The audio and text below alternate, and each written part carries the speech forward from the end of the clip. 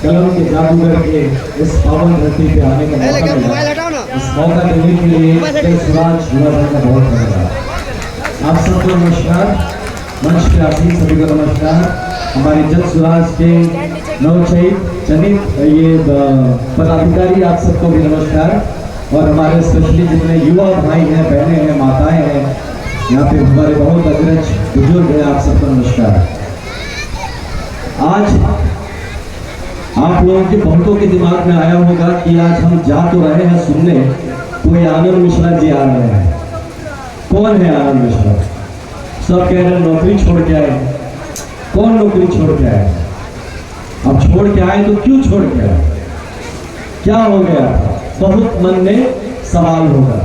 हमारी बहुत माताएं हैं, बहनें हैं जो सोच रही होगी कि हमारा बेटा इतना दूर गया है नौकरी करने, हमारे पति इतने दूर गए हैं नौकरी करने, ये थोड़ा सा 8,000 10,000 रुपया की नौकरी को वो छोड़ के आ नहीं सकते। हम यहाँ पे इतना उनके लिए उपवास करते हैं, पूजा करते हैं, वो आ नहीं सकते। और ये कौन है जो अपना नौकरी छोड़ के आ गया? ये आदमी चाहता क्या है? ये प्रश्न होगा आपके दिमाग में। तो आप सबको एक छोटा सा परिचय अपना हम देना चाहेंगे आपके समझने के लिए कि आज बिहार कहाँ आके खड़ा है। बिहार छोड़िए, आज आपका ये जिला कहाँ आके खड़ा है, आपका ये क्षेत्र कहाँ आके खड़ा है।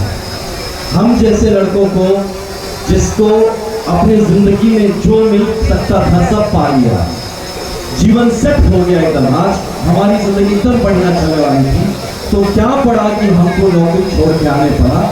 और यहाँ पे जो लोग हैं उनको इसका फर्क ही नहीं पड़ रहा। जो यहाँ पे सब अपने अपने गांव में है, जिसको सारा तकलीफ है, वो तकलीफ सहने का आदत हो गया। लेकिन आपके इस बेटे को, भाई को ये देख के ऐसा क्या तकलीफ की नौकरी छोड़ के आना पड़ा। तो हम बताएं, हम 2011 बैच के IPS अधिकारी हैं। IPS भारतीय पुलिस सेवा, जो UPSC आपने सुना होगा, यूनियन पब्लिक सर्विस कमीशन, संघ लोक सेवा आयोग, उसे चयनित होते हैं हमारे गांव के, हमारे इस क्षेत्र के बहुत बच्चे हैं जो IAS IPS बनना चाहते हैं। उन्हीं में से एक हम हैं जो भी ऐसे ही सपने, जैसे हमारे भाई बहनों का सपना है, मेरा भी सपना था कि हम IPS बनेंगे, अपने गांव का नाम रोशन करेंगे, अपने परिवार का नाम रोशन करेंगे और जीवन एकदम बढ़िया सा बना लेंगे। बड़ा बड़ा बंगला में रहेंगे, बड़ा बड़ा गाड़ी में अपने बाबूजी को घुमाएंगे, माँ को घुमाएंगे, परिवार को सारा सुख देंगे और जीवन में एक सफल इंसान के रूप में जाने जाएंगे। तब ये सब जब हम कर रहे थे माता जी, जब हम ये सब सोच के पढ़ाई कर रहे थे, बहुत मेहनत किया। हमारे बाबूजी वैसे तो इंजीनियर बन गए थे, अपने गांव के पहले इंजीनियर, लेकिन अब गांव को, परिवार को चलाने में एक पैसा बचता नहीं था। तो जिस हाल में जिए हैं, ये छोटे छोटे कोठरियों में हम भी रहे हैं। एक 10 बाई 10 फुट के रूम में हम लोग 5-7 लोग रहे हैं। ऐसा जीवन हमने भी देखा है।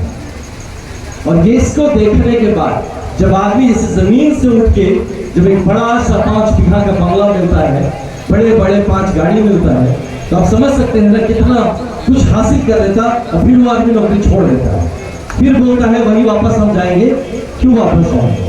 तो इसीलिए मेरे युवा जो भाई बहन है, स्पेशली आपके लिए एक संदेश है कि जीने के लिए, खुद के लिए तो जानवर भी जी रहा है, अपने लिए तो जानवर भी जीता है, लेकिन जो अपने लोगों के लिए जिया, परिवार से बढ़ के अपने समाज के बारे में सोचा, जो अपने क्षेत्र, अपने राज्य के बारे में, अपने देश के बारे में सोचा, तब उसकी जब मृत्यु होगी कभी, तो कहीं ना कहीं मन में ये भरोसा रहेगा कि जीवन मेरा सार्थक रहा, एक बड़े कारण के लिए हम पैदा हुए।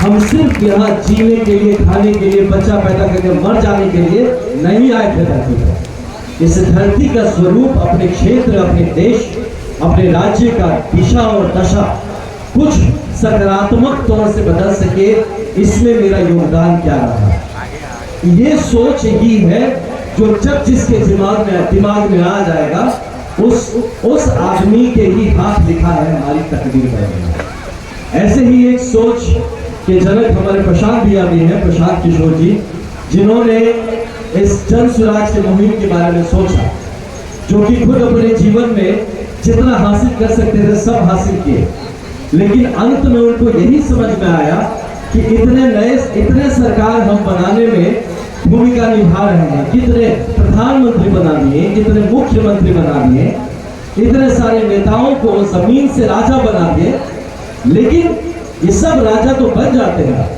लेकिन उसके बाद क्या करते हैं? तो आप सोचेंगे, बहुत लोग क्वेश्चन करता है ना कि अच्छा इतना तो किए, तो फिर जब पहले कर रहे थे तो उसी में क्यों नहीं ठीक कर दिए, नया करने का क्या जरूरत है? तो ये बात आप समझिए कि उनका पहले का जो काम था वो आपको चुनाव जिताने तक का काम था।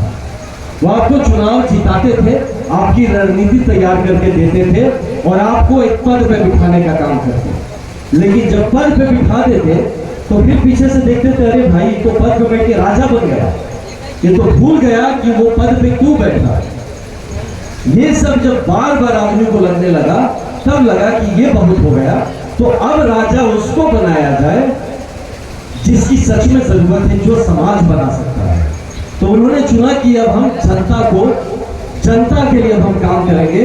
अब आप में से लोगों को उठाएंगे जो कि अभी तक खाली वोट देते थे, खाली दूसरों का झंडा उठाते थे, अब वो यहाँ से आपके बीच में से उठे और अपनी किस्मत का, अपने बच्चों के भविष्य का बदलाव का जिम्मेदारी आप खुद उठाएं। ये सोच है जन स्वराज के पीछे। ये भरोसा है कि आप सब में वो काबिलियत है जो और किसी में है। अगर आप अपना परिवार चला सकते हैं तो आप राज्य और देश भी चला सकते हैं।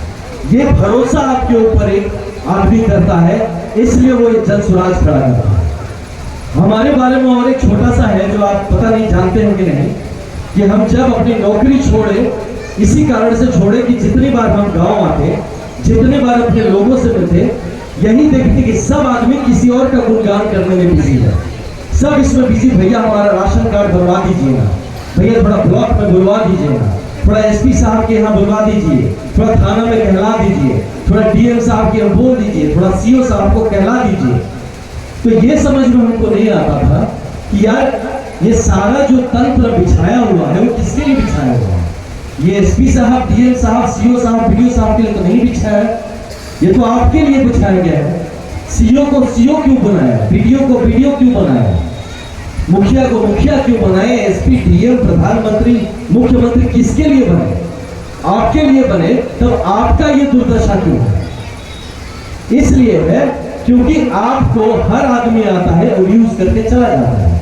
आपको आता है हर 5 साल में, आपको बातें बताता है, कुछ कुछ समझाने का कोशिश करता है, आप समझ जाते बोलते हैं और कोई विकल्प भी तो नहीं है, क्या है, ठीक है, दे दिया जाए, इसी को देख लिया जाए। और यही कर करके आज हम लोग का ये दुर्दशा हो गया। तो ये सबको जगाएगा कौन, बताएगा कौन? वही बताएगा जो खुद जागा है। जिसको समझ में आ रहा है वही तो आपको समझाएगा, जिसको समझ ही में नहीं आ रहा क्या समझाएगा? तो हम लोग जो पढ़े लिखे लोग समझते हैं, हम में से जो लोग कुछ है जो बुद्धिजीवी है, मंच पे भी है, साथ में आपके बीच में बैठे हैं, तो ये सब जिम्मेदारी हमारी बनती है। लेकिन हमको भी कौन जगाएगा? बुद्धिजीवियों को कौन जगाएगा?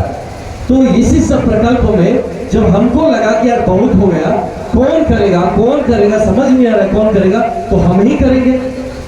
हम किसके लिए इंतजार कर रहे हैं कि कौन आके मेरे बच्चे का किस्मत बदलेगा, कौन आके मेरे गांव का किस्मत बदलेगा, कौन मेरे बूढ़े माँ बाप का ख्याल रखेगा, कौन आके मेरे बिहार के बारे में सोचेगा? तो हम बिहार के लोग ही सोचेंगे, थोड़ी ना कोई आएगा उत्तर प्रदेश से या फिर आपका छत्तीसगढ़ से, चाहे महाराष्ट्र से, कि आके आप बिहारी लोगों का किस्मत बदलेगा। तो ये सब कारण था कि हम छोड़ के आए और यहाँ आके जब आके देखे तो यहाँ के व्यवस्था में